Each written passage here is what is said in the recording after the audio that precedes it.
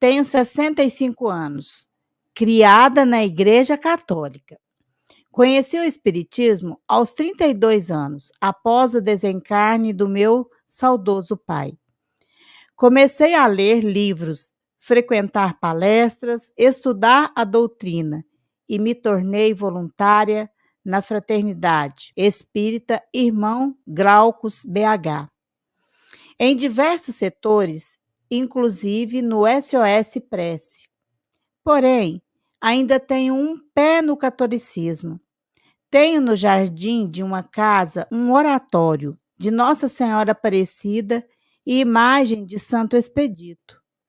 Como a doutrina espírita vê esta situação? Tem algum livro que eu possa ler a respeito disso? Muito bem. A doutrina espírita, ela tem uma visão muito clara do que ela entende como sendo a forma como a gente precisa lidar com a nossa relação com a vida, com Deus, com o próximo e conosco mesmo. É muito nítido o que a doutrina espírita nos apresenta. Mas o fato da doutrina espírita ter uma visão clara sobre o que seja, não obriga as pessoas que se aproximam dela a necessariamente promoverem uma ruptura forçada sobre suas crenças. Cada um de nós tem o direito de crer no que quiser.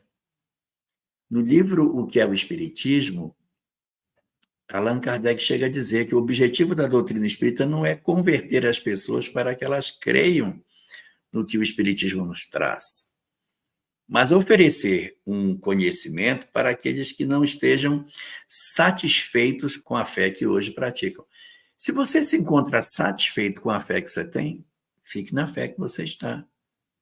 Fique na fé que você está.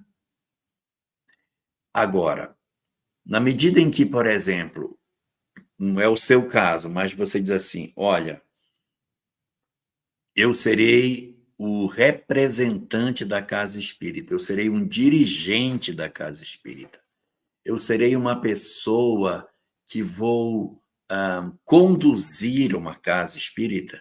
Essa pessoa, evidentemente, ao se apresentar como condutor de uma casa, diretor de uma instituição, presidente, ele precisa estar bem alinhado com aquilo que a doutrina espírita apresenta. Mas alguém que participa, que frequenta, que realiza, de repente, até algumas atividades dentro da instituição, ela não pode ser constrangida a ter que abandonar as suas crenças, porque isso é um processo natural.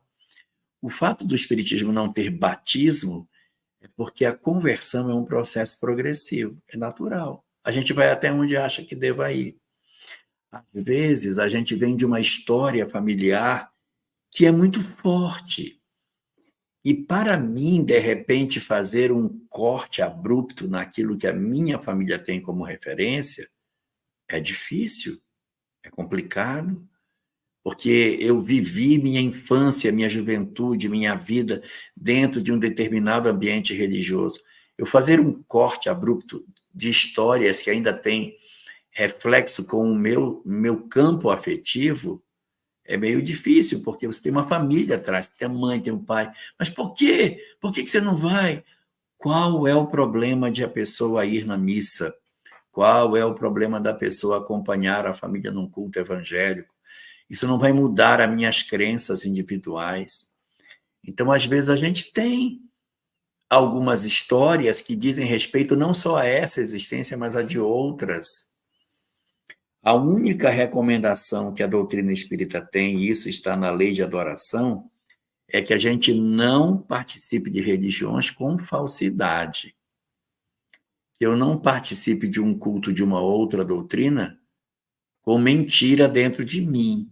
Mas se aquilo me é verdadeiro, não há nenhum impedimento para que eu busque isso, se eu sou alguém e nutro uma simpatia pela doutrina espírita, participo, estudo, gosto, mas ainda tenho as minhas predileções pelas minhas crenças anteriores.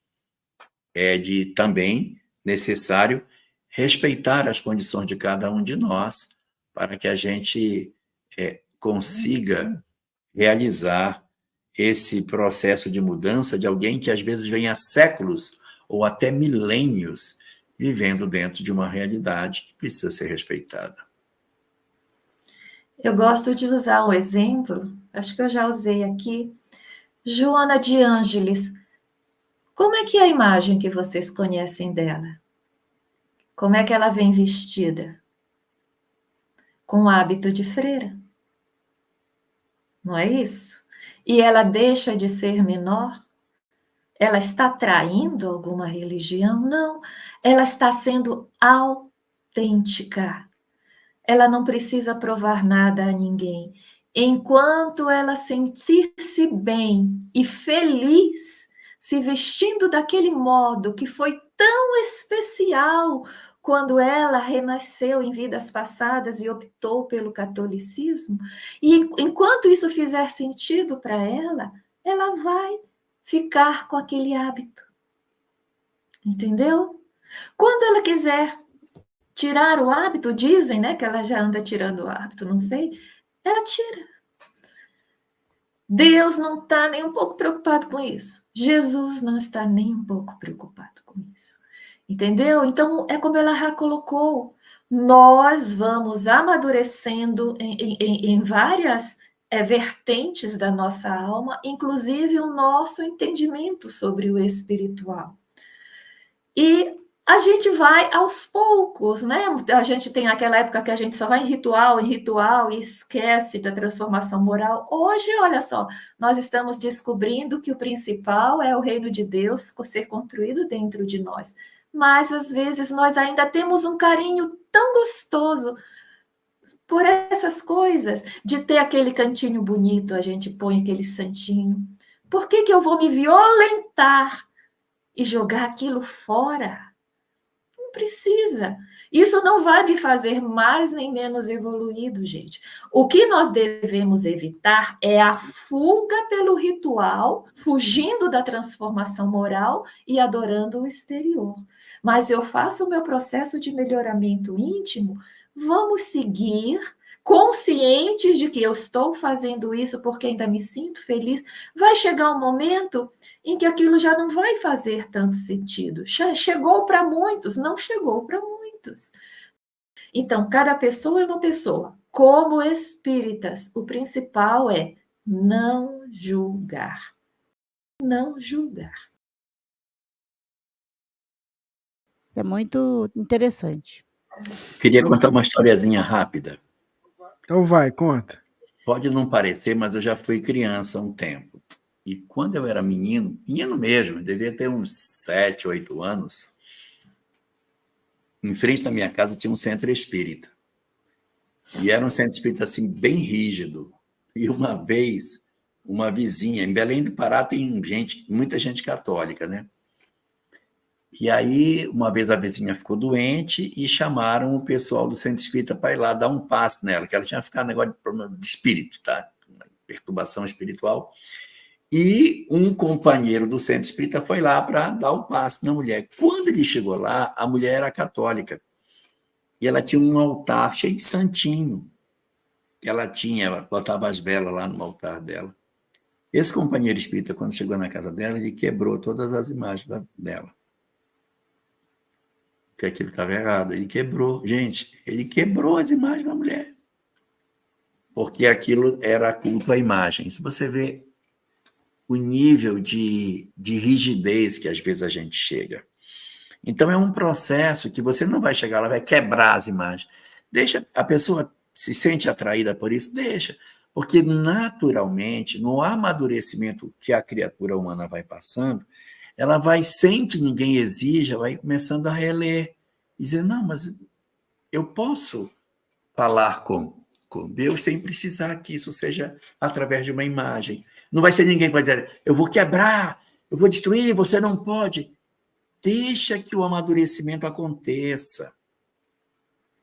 E quando o amadurecimento for acontecendo, ela vai progressivamente se despindo daquilo sem que exija a mudança de fora para dentro.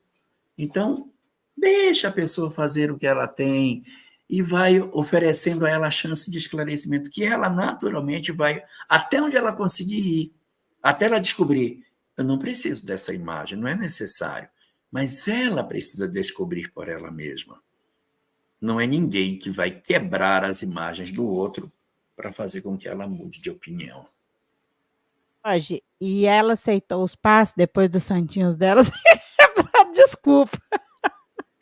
Dos santinhos dela ser quebrado? Ou você não Ela lembra? deve ter ficado...